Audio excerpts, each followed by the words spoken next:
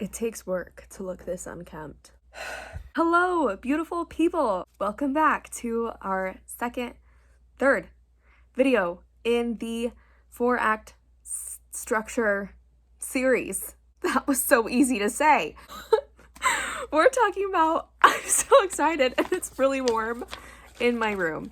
We're talking about Megamind and how that story, that magnificent, beautiful story, fits into the 4-act story structure.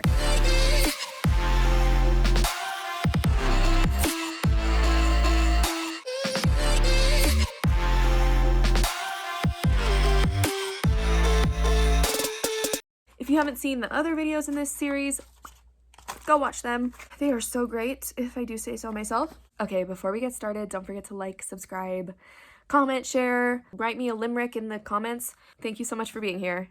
I appreciate you. Let's talk about Act 2 and how you can write an amazing second act of your novel. Here's the thing, you guys. Act 2 is notoriously terrible to write. Not like your second act will be terrible, but it's just not super fun to write the second act of your book if you don't have a structure, because this is the part where you get kind of lost in, okay, I know what I want to happen at the beginning and I know what I want to happen at the end, but what is this thing in the middle? What? So that's why I love this story structure, because it splits Act 2 into Act 2 and Act 3. The 3-act story structure kind of does that. Sometimes you'll see Act 2A and Act 2B, but I really appreciate the way that the midpoint separates the two middle acts in this structure. Y'all, I'm about to give up on this hair clip. So in our last video of this series, we talked about the first act of this story structure, the setup, and all the different ways that you can use Act 1 to really prep readers for what is going to happen later down the line in your story. And Act 2 is where some of that stuff starts going down that we were getting people ready for. Act 2 is the response. The response is basically when your character, remember, at the end of Act 1, they, at the first plot point, they cross the point of no return, and at the first pinch point, they remember that there's an antagonist out there that they're having to deal with. And I also forgot to mention in the last video that Megamind's antagonist isn't just Hal. That's, oh my god, I dropped something so precious and expensive. A $1 lip gloss, you guys, I dropped it. So, in this act, your character is officially past the point of no return, and they have some new challenges on the way. They are heading towards some new barriers, some new roadblocks that they have not seen before. They are not prepared for them. They don't know how to navigate them. It's going to be a time and a half learning how to do that. So right now, they're playing defense. They're reacting. They're not responding. They're not on the offense. They are just like, oh my god. They flounder in this act. They flounder and they kind of wonder if they made the right choice, which we see immediately in Megamind, because Megamind did not mean to shoot Hal. He meant to shoot someone, not shoot. He meant to inject the hero serum into someone else that he screened and knew was hero material. And Hal was not hero material. So now he's like, oh no. Here are the beats for Act 2. Let me not get ahead of myself. Crossing the threshold, or break into 2. Introduction of the B story, fun and games, and the midpoint. That's all. That's all Act 2 is. It makes it so easy, you guys. I love this story structure. In Megamind, crossing the threshold and the intro of the B story kind of happen at the same time. Crossing the threshold is basically when the character crosses the threshold, when they move into Act 2 and they are officially in the new situation that's going to require new skills and new knowledge. In Megamind, this happens right after Hal gets accidentally shot. Oh no! When Roxanne and Bernard are like, we're partners. Roxanne and Bernard, Megamind. And Megamind's like, oh my gosh, we can be partners? You're gonna be friends with me? You're gonna associate with me? If you don't know who I am. So that is our crossing the threshold. The intro to the B story happens at the same time when, and the B story, someone get me some Ritalin. The B story is one of my favorite parts of writing a book. The A story is already underway, right? The A story is the main goal. So Megamind's A story, his main goal is to create a new hero that he can fight. But little do they know that they need to learn the theme, not to get their want, but to get their need. And the goal of the story is to get the character their need, unless you're writing a negative arc. I've been writing some sick negative arcs lately, you guys. I'm so excited. By the way, my new book, Burnish, my debut novel, my first ever book, a dark fantasy book, full of negative arcs. I'm finishing it up right now. I've been writing negative arcs like crazy. It's amazing. So anyways, the goal is to get your character their need, right? So they have to learn the theme in order to get their need. And the B story character is part of what teaches them that theme. Intro of the B story happens right here when Roxanne calls Megamind her partner as Bernard, and then she says, "See you tomorrow," and she hugs him, and that sets up their relationship for the rest of the movie. So Roxanne is the B story character that's going to teach Megamind that he is lovable as he is, that he doesn't have to be evil. He doesn't have to do evil, villainous things just because he thinks that's all he's good at. She is basically there to show him that he is more than that. Then we move into fun and games. This is where the character starts to learn, truly, how to navigate their new situation. There are lots of challenges that come with the character's new scenario now that they have crossed the threshold. This is new territory. They don't know what to do. But it's not high stakes yet. Because we haven't hit the midpoint, we're not as worried about the antagonist yet. It's more just like, and it depends on the story you're writing. Like if it's a darker story, there will always be that looming threat. But after the midpoint is when the antagonist threat ramps up. So we have some fun and games first, where we basically are learning the ropes. We're getting ready, you know, and we're bonding with B story characters. So this part of the story is usually the lightest of all of it. Even in lighter stories, this is going to be the most fun, upbeat part usually. In Megamind, fun and games is when, so Hal transforms and Megamind. Why am I crying? Megamind turns into Space Dad. I am your father. So you're like my space dad? Yeah, I'm like your space dad.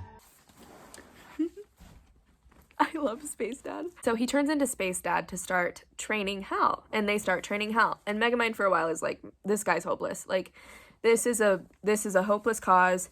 I shot the wrong person with hero serum. This is a disaster. It's never gonna work, which is kind of a rite of passage in fun and games. Like, there's usually times when the character's like, this is it. Megamind, as Bernard, starts going on dates with Roxanne. Starts really bonding with Roxanne as Bernard. In this amazing training montage, Hal begins to succeed in his training. He starts really learning the ropes. Megamind and Minion clean the city for Roxanne, and they do other things for her too, but she was pretty upset about the destruction that happened to the city during Megamind's like little rampage where he was like, "I killed Metro Man," and then after he got sad, but there was a moment where he destroyed the town. And so now they are cleaning it up. At the end of the fun and games, Megamind gives Hal his suit. Do I have a son? No, you make me laugh. It stretches, it's for you. Hey, what's the T stand for? Titan. So I love stuff like this that's very like imagery based, metaphor based, and this might be like kind of obvious and intuitive, but giving Hal his suit is just such a cool way to show like the fun and games is over. This part has concluded. We're moving on now. Get ready. Like, he has learned what to do. And so he gets his suit and he gets his name, which is Titan. And that brings us to the midpoint. The midpoint is so important. The midpoint might be one, like, I don't know. The setup is like maybe the most important because there's this sick quote that I love that's like, if you have a problem in your third act, it's probably in your first. So the setup is crucial. And what's also very important is like the disaster and the aha moment that comes after. But the midpoint is like the top three most important parts. The midpoint is where something happens that changes the game. It's the part where your story goes from, oh, this is fun, we're having fun, it's light, it's chill, to, oh, there's bad guys, there's problems, like, we're switching into that space. Basically, it forces the character to move from defense to offense. So it forces them to stop reacting and start responding and being proactive about stuff. This doesn't mean that your character has been passive. Your character must never be passive. First commandment of writing. Your character must never be passive. Your character is doing things throughout the whole story, but this is when those things start to be like make more sense, and they're doing it first to like kind of go against the antagonist rather than the antagonist kind of coming at them and stuff coming at them and them having to respond. I hope that makes sense. So yeah, this is just when they finally have enough knowledge that they can act first before the antagonist kind of has a chance. The midpoint marks the end of Act 2, and as I grab my notes again, I don't know why I keep putting them down, the midpoint in this movie is huge, you guys. It's a big moment. Like, and that's what I love about this movie, is that they hit like all of the beats on the head.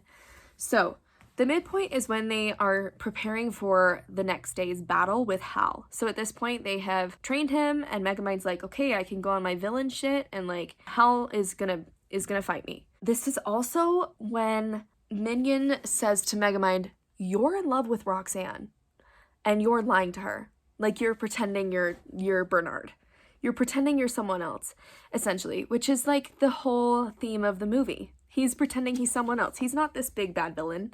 He doesn't want to necessarily be a bad guy. Wait a minute. Are you wearing Jean-Paul Gaultier's parfum? It's just my natural musk. Get out of town! Oh, this is bad. This is bad. You've fallen in love with her. What happens when Roxanne finds out who you really are? She will never find out. That's the point of lying. So Minion here is saying, you know, you're pretending to be someone else, right? But this isn't where he learns the theme yet, and so he gets upset about it. So Minion's like, you're pretending to be someone else, but rather than Megamind hearing you're good enough as you are, he hears like you're being a good guy and you're not a good guy. And he says, maybe I don't want to be the bad guy anymore. The bad guy doesn't get the girl. Maybe I don't want to be the bad guy anymore. You heard me? So they have a fight, and there's this really cool moment where Megamind sees himself in a broken mirror as he changes to Bernard, and I'm just such a nerd about metaphor. And then basically Roxanne learns about Titan, and Hal basically says to her like, hey, I'm a superhero now, like we should be together, because he was kind of lame before. And she says like, I'll never be with you. Like, this isn't gonna happen. You need to get that out of your head. So things are turning to like be pretty rough. And then on Megamind's date with Roxanne, they cheer to being normal. To Bernard, for being the only normal thing in my crazy upside down world. To being normal. And then I got thrown in jail. And then they kiss. And Roxanne accidentally touches Megamind's watch and switches him from Bernard to Megamind. And they break up.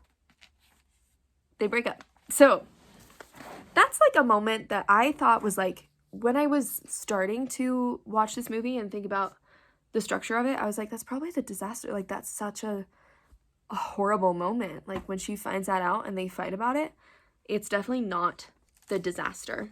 But it is a great example of switching from fun and games to what comes after the midpoint is bad guys close in. So the midpoint's basically this moment of like, oh, we've been having fun and this thing happens, bam, and now we're fighting bad guys. So it's a very stark change from light to darker, from easier to harder. I think Megamind does it beautifully, and I love this movie.